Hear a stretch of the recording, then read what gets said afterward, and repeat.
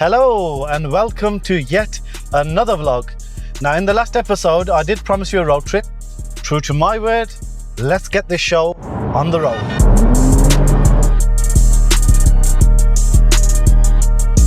So it's 8:30 in the morning and I've just got to get the last few bits in just before we go. Then we're going to be heading up the M40. So we're going to try and get this huge military style rucksack into the back of the car. And you're probably thinking what I'm doing with the helmet. I'm going to let you know a bit later on the journey what we're going to be doing with this helmet. The first challenge is actually trying to get this into the car. Oh, without knocking it. So hopefully we can chuck it into the back seat. Oh, it's like a dead body in there, but there isn't.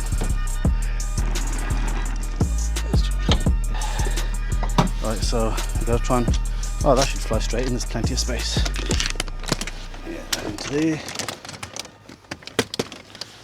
I think that's okay. So that's in as well. So I've got myself an apple and a hot drink for the journey.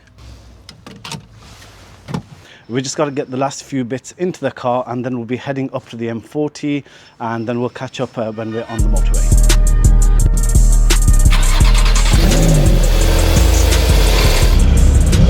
So we are now heading down the M40, heading on towards Port Folkestone, where we're going to catch the Eurotunnel. We have got about another 180 miles or so to get to the port. We will be stopping for a quick fuel up stop en route. It was quite a cold, miserable morning earlier on, but as the day's progressing, it's actually looking a lot nicer. I'll see if I can get you some of the dash cam footage later so you can see the sun's just trying to peep its face through the clouds. And this is one of the things that I love about a solo journey. You get to take in all the beautiful scenery. It's amazing how many of us overlook the natural beauty that surrounds us on a daily basis. But the moment you take a step away from work or your busy schedule, you really begin to notice and appreciate how beautiful nature actually is. So in today's episode, there are a few topics I want to cover.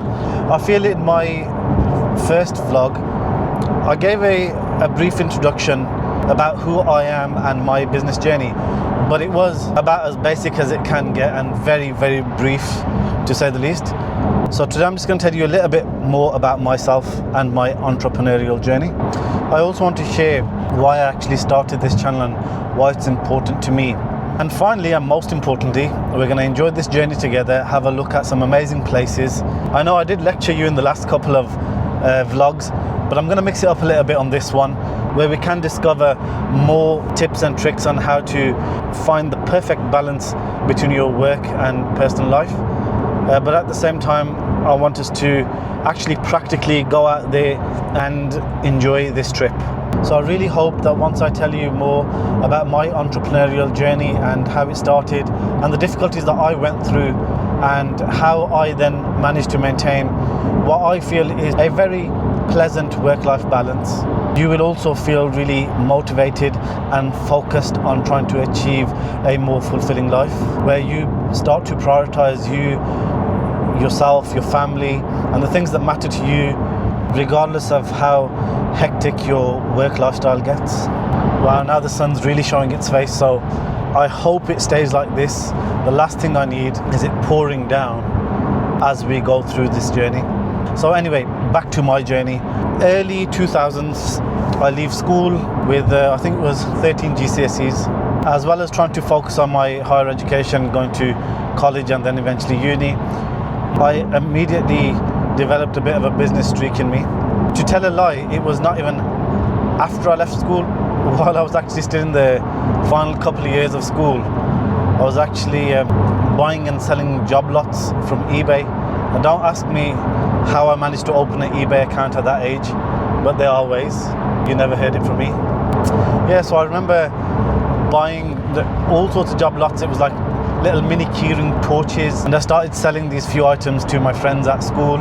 And then in the last year of school, I got a bit more advanced about it, upped my game a little bit, got myself a bicycle with a basket on the front of it, and yeah, I started selling to local shops, people that had stalls down the main high street where I lived. don't know, I think I had a bit of a, I don't know, was it a salesman sort of mindset? I don't know, but it's something I really enjoyed. And from there on, I went to college. And while I was going through college, I was actually, which a lot of you probably will know, I was actually in a band, music band as a drum player, percussionist.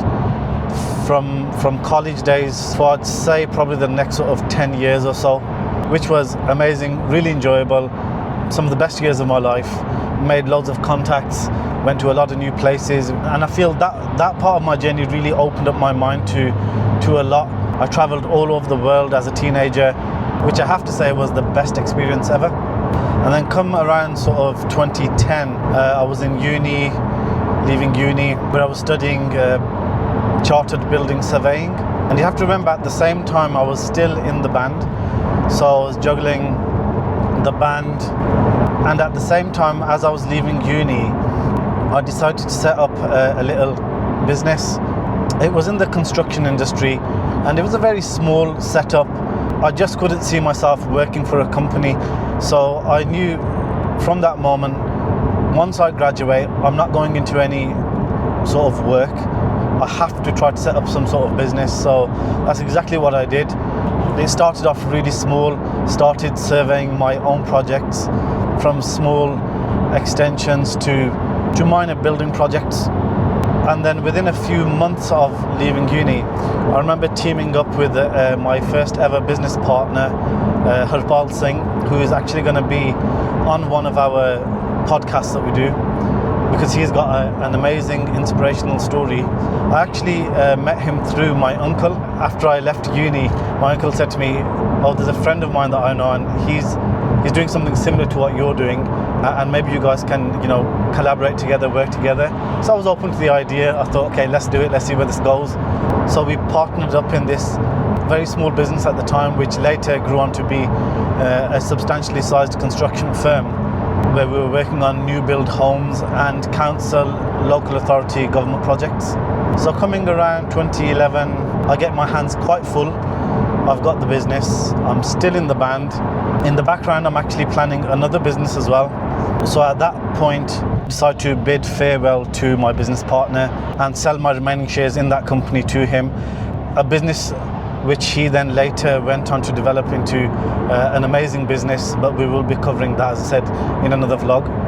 So then by 2012, I start another business.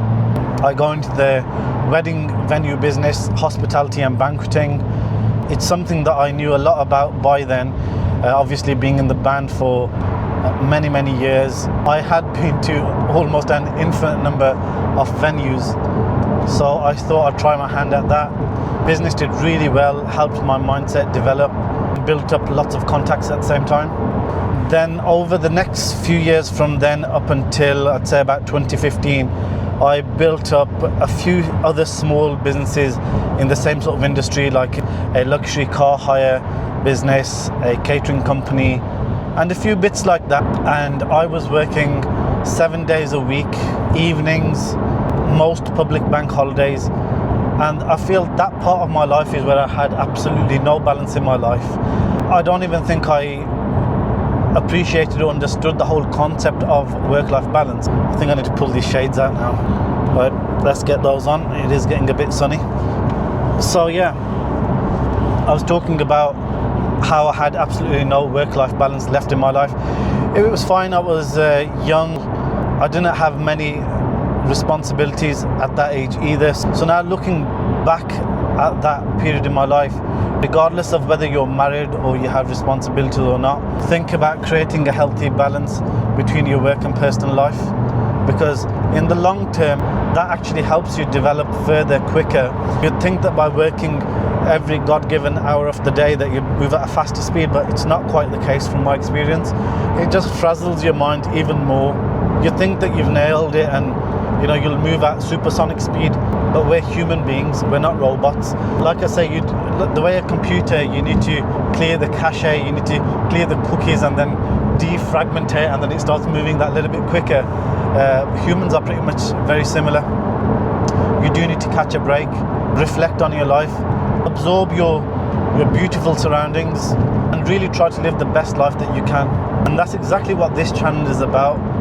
I want to help you to live the most fulfilling lifestyle that you can do, whilst maintaining a really healthy balance between your work and personal life. Now, that doesn't mean to neglect your work, because that would be completely counterintuitive, and you would actually miss out on a lot of opportunities in life because you left your foot off the gas and you kind of gave up on your professional or business working life.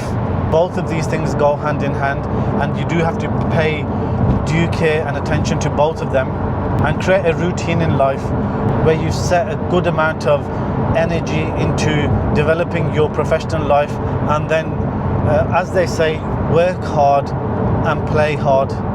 Some people say play harder. I'm not too sure about that. You can do, I suppose it depends on how you've done and how well you're doing, but if you can and you've got the means to do so, play harder. But as I will always say, work is so important, and making something of your life and developing that aspect of your life is equally as important as enjoying your life. So now to the final part of my business journey. It was around about 2016 when I started my current business, IVO Group, which started off as a tiny little importing company where I would import from China and supply my goods to, I don't even think it was wholesale at the time, I was literally selling to local traders and markets back in 2016. And at the same time, I was balancing my other business, a few other little projects I had going on. But yeah, I did all that. And that was the point in my life where I had absolutely zero work-life balance. So yeah, this started off as a small little importing company to something which I then grew onto a multi-million pound empire, which now operates around the world. We have a client base of over 500 national and international clients, and we supply national and independent wholesalers across the UK and Europe. So by a far milestone, the best business I touched since leaving school, but I didn't reach half as far as I have in my current business, and that was after assessing my lifestyle, becoming a little bit more mindful. Stay in the right 2 lanes. Stay in the right 2 lanes, stay mindful.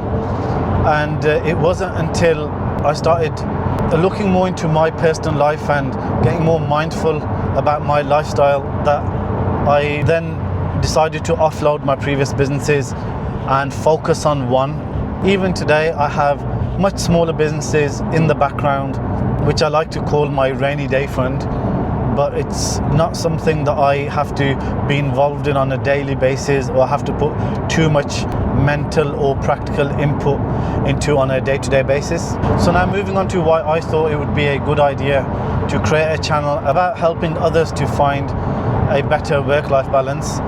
And just from reflecting on my own life and the businesses that I was involved in, all the way from selling job lots on eBay in school to setting up a multi-million pound importing company, I found that not only did I have it wrong myself, and I wasn't really focused on my own personal development, you could call it, but many others, so many other people that I was working with had it totally wrong. And that includes people like my own staff at the time, suppliers, other people that I knew in business, very successful business people, multi-millionaires, billionaires. So many of them had it so badly wrong that it really made me ponder, what is success? You know, what is this rat race all about, and how can we make our lifestyles actually fulfilling? Now, I know financial freedom is huge for some people, and for most people it's probably the single most important thing in their life.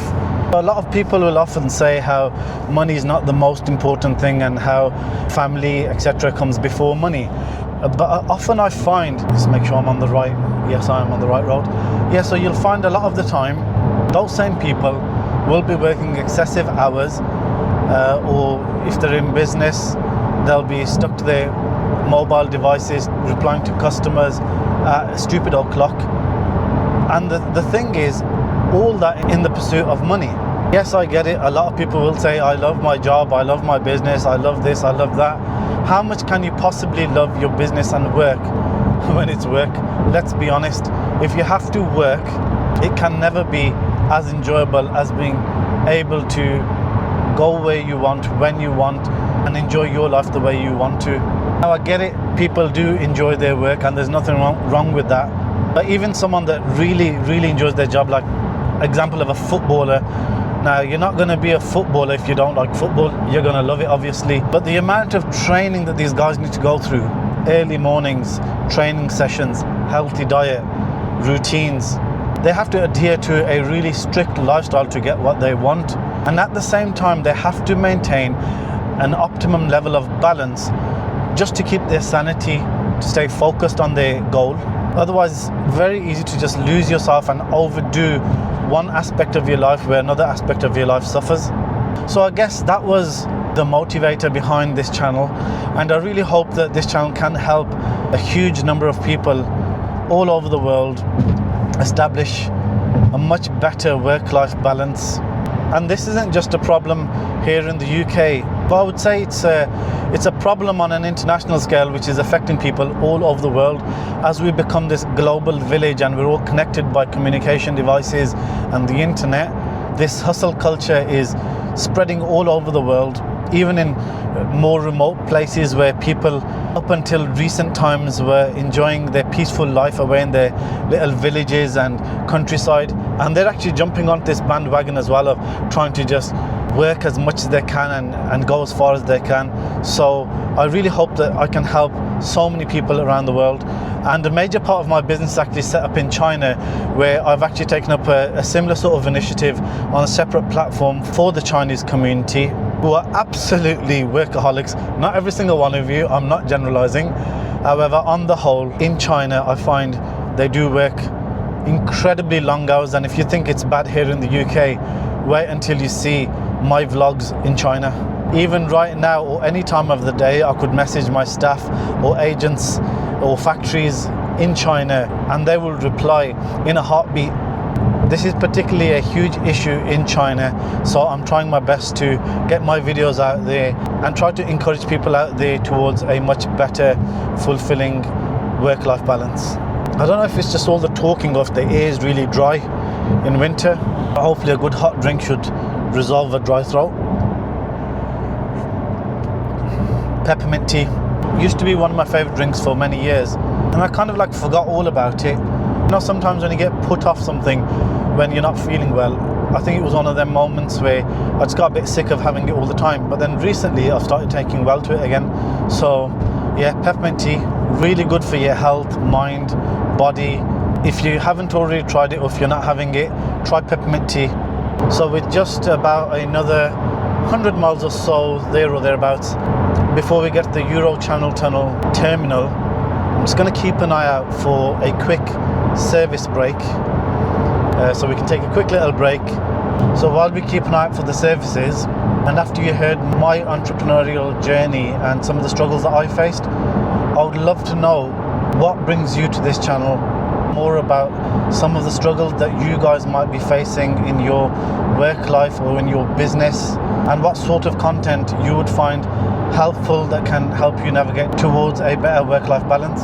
Everyone's story will be unique and no two situations are ever the same. So I'd love to hear how you found solutions to finding better work-life balance, or even if you're still in the process and you can't find that sweet spot in your life where you can juggle things. Maybe you have a lot of responsibilities, you have a young family, or you're a single parent that has to work, or you've just bitten off a bit more than you can chew. I want to hear from you so I can get a much better understanding of what I can do to help you.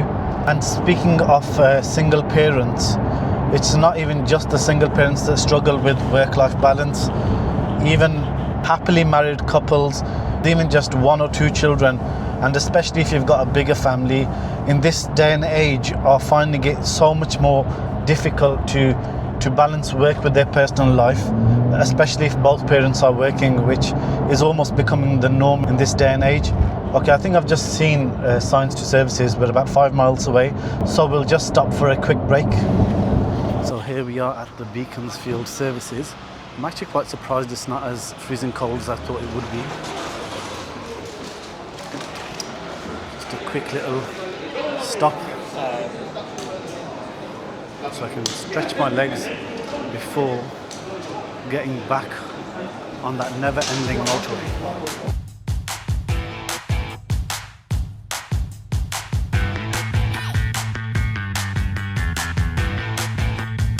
While we stopped at the services, I just remembered I got myself some brand new wipers just in case, and I totally forgot to fit them, so let's give this a go and see if I can actually fit some wipers on. I'm going to try to work out how these go on. Yeah, they seem the right length. No matter how new your wipers might be, taking a spare set could really save you some kerfuffle, especially if you're planning to drive out the country. Oh, that was easy. That was pretty easy. Now it's just a matter of working out how these come out. Their fancy packaging. We're getting there, we're getting there. Sometimes you just got to take the bull by the horns and have a go at it. And let's make sure we get the right length. Yep, that is the one, and we should be able to slot this straight in. Ooh, I am quite impressed with myself. Not just a pretty face. Now we'll try and get the other one on as well. So the same with the opposite side. We're just gonna press that button, slide it out, and slot the new one in. Genius.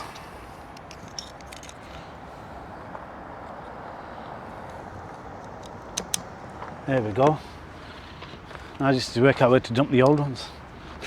I'm not actually gonna do that. So the fog's not looking too good. Hopefully that's not going to slow our journey down too much. But just before we stopped for our very brief little pit stop at the services, we were discussing how people in relationships or those that are raising young families are finding it particularly difficult to find that balance between their personal and work life. And I just want to reach out to those people who don't have those responsibilities yet. You know, you're single, you're enjoying your life, but at the same time you're just struggling, or you're just feeling a little bit uncertain about how to get that perfect balance between your work and personal life. And if you fall within that demographic, then I just want you to rest assured that the tips in my vlogs will help you just as much and will apply to you also. Balancing life and finding harmony between your work and personal life isn't something that's a one size fits all. Everybody will have their own unique challenges in life. So you really just have to work on your journey and find what works for you. So now with just about an hour to go till I get to the port terminal, I'm going to share a little tip with you. It's actually something completely original and something that I've observed that we're all prone to, and that's checking in with yourself on a regular basis throughout the day or lack thereof.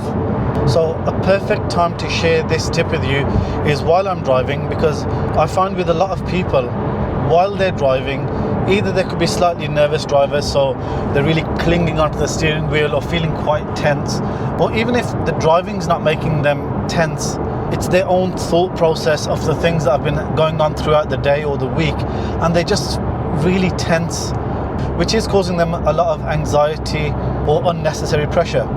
So a perfect time to relax is actually when you're driving, whether you're going on a little road trip like we are today, or you're just driving to work and back.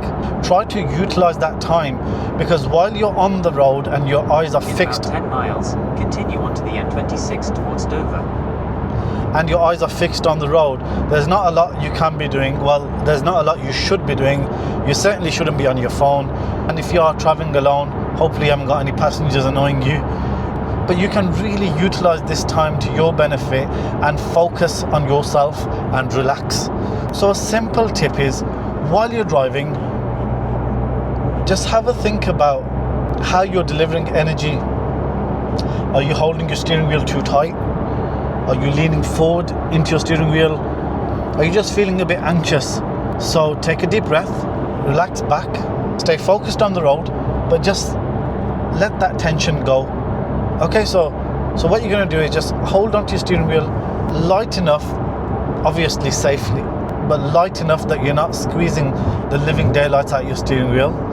and just have a little think through your muscles throughout your body. Are they feeling tense?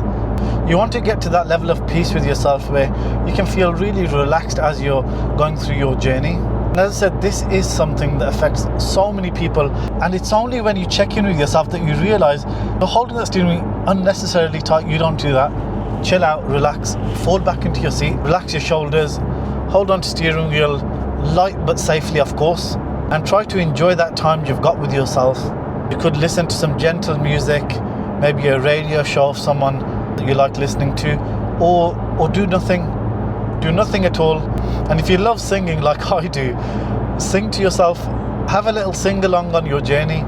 But yes, I suppose this tip is around finding yourself on that journey, relaxing and finding that moment of zen. And that tip doesn't just apply to if you're driving. You could be sitting at an office desk, you could be at home just relaxing, or you could have a speed camera ahead. Use those moments to just check in with yourself and try to get a better understanding of your posture, how you're sitting. A lot of the times it will be the thought process or the thoughts that are going through your mind. And that actually brings me on to another scientific study that was done. This was a number of years ago, and I don't know the name of the study, but you can Google it and check it online. But apparently the human brain doesn't always know the difference between real life events and thought processes that are going through your mind. So if you're thinking back to a stressful situation that you were going through, your body will go through the same reactions as it would if you were really going through that situation. And in some cases your mind even react worse than if that situation was real or if you were actually in it. So your mindset and your thought process massively impact your mental and emotional well-being. So definitely take advantage of that tip. In fact, take it on as a challenge. Make it like a week's challenge or a 10-day challenge and see how you feel at the end of it. Incorporate your relaxation and mindful thinking in an activity that you're going to be doing day on day. So whether it's driving or going for a walk, or just take out a moment or two anywhere throughout the day and just check in with yourself and see how you feel. So as they say, there's no time like the present. Have a quick think about how you're sitting right now, and I guarantee you for many people right now, you'll find that you're actually sitting unnecessarily tense. It's pretty much normal human behavior, but it's completely unnecessary. Think about how tight you're holding your phone if you're watching this on your phone, or if you're sitting on a sofa, are you relaxing back on the edge of the sofa? All these little basic things, have a think about them, and when you do, you'll find you'll instantly feel so much more relaxed and at peace. So just take a nice deep breath and think about harnessing that positive energy that you're creating into the tasks that you're going to be doing next. So yeah, I hope those couple of tips have been really useful for you. And now we've got around about 20 minutes or so till we actually get to the port terminal. So once I get all checked in and through all the security or whatever, then we'll catch up again on the actual train which goes under the seabed into Calais, France. And now we've actually come to this horrible concrete road surface. It's not tarmac, it's actually concrete, so it's horribly noisy. So I'll see you at the port so you don't have to put up with this horrible noise any longer. So it's just typical of everybody at the port. I have to get stopped for that random inspection. So they're just in a swamp all around the car, and they'll get back to me now. The great news is I just passed through security, and yeah, I always get stopped on random inspections. Even if it's a quiet day like today, there was only 2 cars in the lane, and they decided to stop me again. Unbelievable. But yeah, we're just driving onto, well, what is the train, which will magically transport us under the seabed and straight into France. From Calais, then we're going to go on to my first stop, and I've decided to stop in Paris for a couple of days because I love Paris, and of course it has the best hot chocolate.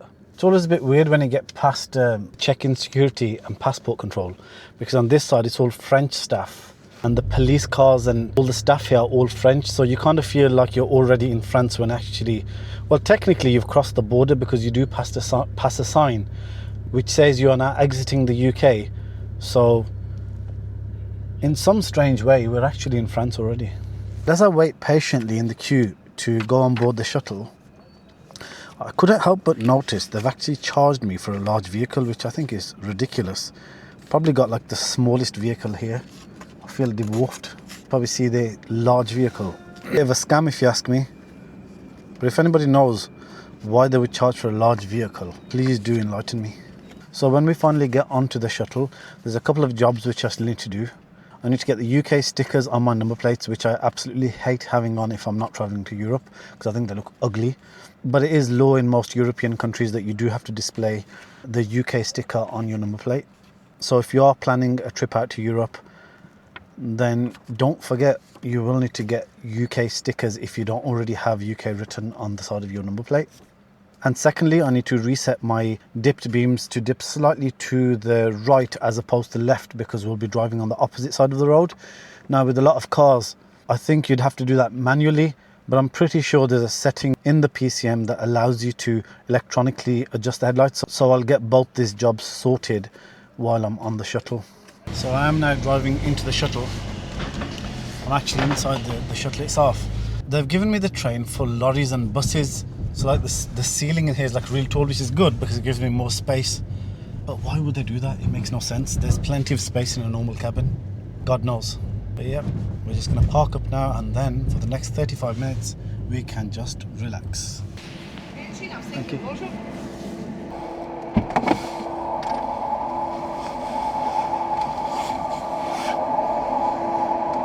So the other good news is they've actually got an empty space right behind me here. So I've got more space. Not sure what to do with the space just yet, but plenty of space. And we are off and away. We are moving now. We are moving. See if I can show you a bit of the scenery in the background. There we go. We are going. You can see from this chart they've got on the wall here. You see, you should normally be in that, which is like a double decker, but they put me in the single deck here for buses. So I've got lots of headroom, which is fantastic. I'm sure I've seen a sign here. See, there's a sign on the floor which says you can't stand between the buses. So while we're actually on the shuttle, I'm going to try and get these stickers on, the UK sticker on the back number plate. And it's really mucky because of the motorway, so I'll give it a little wipe first. I think I'll be a DIY expert by the end of this trip. Peel the back off. Now you could just leave these on, so every time you go into Europe they're already there, but I just think they look so ugly on a plate, so I just put a new one. You can get these cheap from Amazon or eBay. Oh, okay, it's a bit too high. Does it really matter? Nah. I'm just going to get the front one on too, so give it a little wipe down. That was disgusting. And same for the front one as well. Got it on. Can't believe how dirty the car's got. I just had it valeted day before yesterday. It's gone absolutely filthy. And just the final task which I have to do before I can legally drive on the other side is switch my beams over to, so they're slightly dipping to the right as opposed to left. Into the menu and settings. Right, so it's probably going to be in car because it's car settings. And then light and visibility, exterior lights, and this option where it says inverted settings of dipped beam, you just want to turn that on. It's important that you do that because if you don't, you'll just be dazzling drivers on the opposite side of the road. And we're off, and just like that we were miraculously transported under the seabed into mainland Europe via France. Now, coming from an engineering background, I've always found that channel tunnel is quite an engineering marvel. Like, which guy sat there and thought, we'll dig out a tunnel to get to the UK? Absolutely nuts. So anyway, here we are, everyone. Welcome to France. So yeah, the weather looks just about almost as miserable as it was in the UK, but yeah, who cares? I mean, all the seasons are beautiful if you appreciate them. So all I have to remember now is to drive on the right hand side of the road, which I almost just about forgot. And I should probably set my speedometer to show kilometers per hour as opposed to miles, because they do use metric measures in Europe as opposed to imperial. So we've got about 2.5, 3 hours before we get to the hotel. So I'm just going to take it easy, enjoy the drive. So I'm quite pleased to see the sun has just come out and the fields are just looking absolutely gorgeous. And it's around about 4 p.m. here. So it's quite nice to see the sun in the middle of winter at this time of day. It's just simple moments like this that I love absorbing in and appreciating my surroundings and the nature around me. It's just so easy to forget about the blessings that are all around us on a daily basis as we're running around trying to navigate through our hectic lifestyles.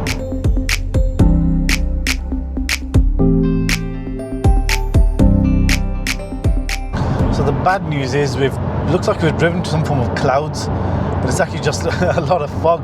But it feels like I'm literally driving through a cloud, maybe because we're quite high up. Yeah, it's literally reduced visibility so much. I'll put a bit of dash cam footage on here, and you can see I can barely make out the car in front of me, so I'm gonna have to take it a bit slower. The limit here is 130 kilometers per hour, so I'll drop it down to maybe about 110, 120 and see how we get on. I have to say, it looks like something from a movie. It's not often you drive on a motorway with this much fog, so as dangerous as it looks, it's actually quite beautiful.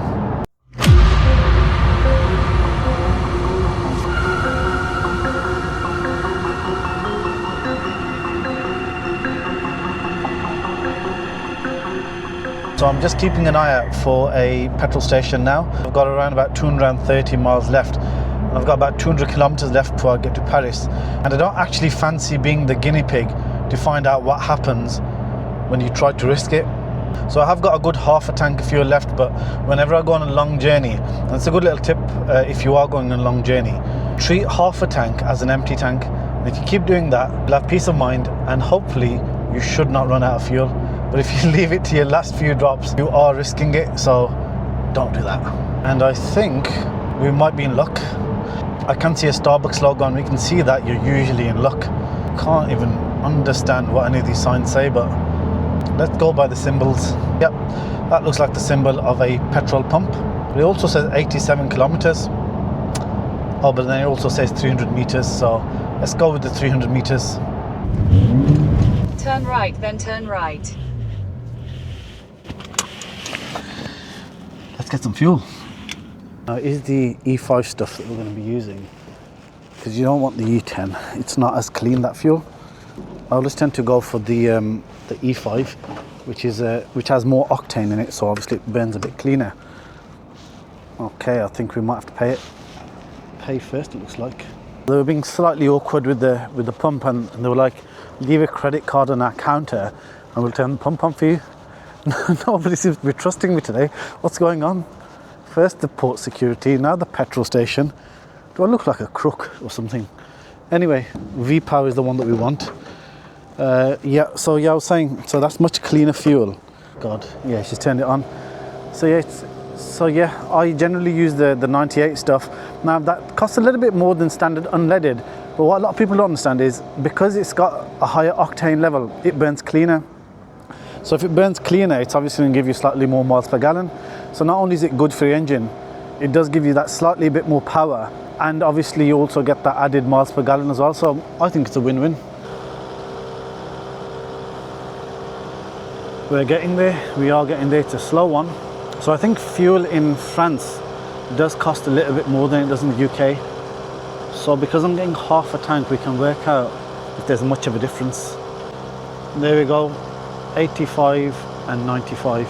So yeah, that was around 96 euros, which is about 72 pounds sterling. So considering we only had to top up the tank by half, yeah, I would say fuel is a bit more expensive here, because that would make it a full tank at around about 140 pounds, and usually a whole tank in the UK would cost you around about 130 sort of pound. So moral of the story, you're better off squeezing in as much fuel as you can before you leave the UK, but it's only pennies difference, so I wouldn't worry too much. Okay, so now it looks like the evening is setting in. It's around about 5 p.m. local time here in France. We've got about another couple hours to go, so I just want to get there, relax, because motorway driving on the wrong side of the road is that little bit more challenging. It is getting a little bit dark now to vlog in the car. As soon as we check into the hotel, I will catch up with you. So after just a bit more driving through the fog and dark, we finally reached Paris, where we were strangely greeted by Christmas lights at the end of January. So I finally managed to get here. despite all the fog that we had to face. So I'm just going to check into the hotel, and then I'll be settling down and get some rest for the night before we explore the rest of France tomorrow. But yeah, this is the hotel. It's one of the luxury collections by Radisson, so it's a beautiful hotel. Let's see what the inside's like.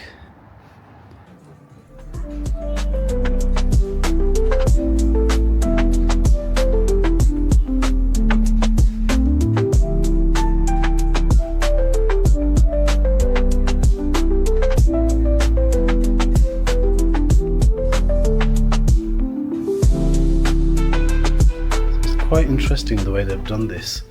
Like it's like a double height ceiling, and you can see straight down to the hotel lobby from there. It has been actually quite a pleasant drive, despite all the fog that I had to face on the way, which is absolutely horrendous. So I'm all checked into the hotel now, and I'm just going to get some rest this evening. What a drive it's been. But I really hope you've enjoyed today's vlog as much as I've enjoyed making it. Tomorrow's going to be a great one because we're going to go out the centre of Paris to explore some of the best places, some of your recommendations and some of the places that I love best. So till then, keep practicing the tips that I've been giving you. Hope together we can build a much more fulfilling and rewarding lifestyle. Bye for now, and I'll see you in the next one.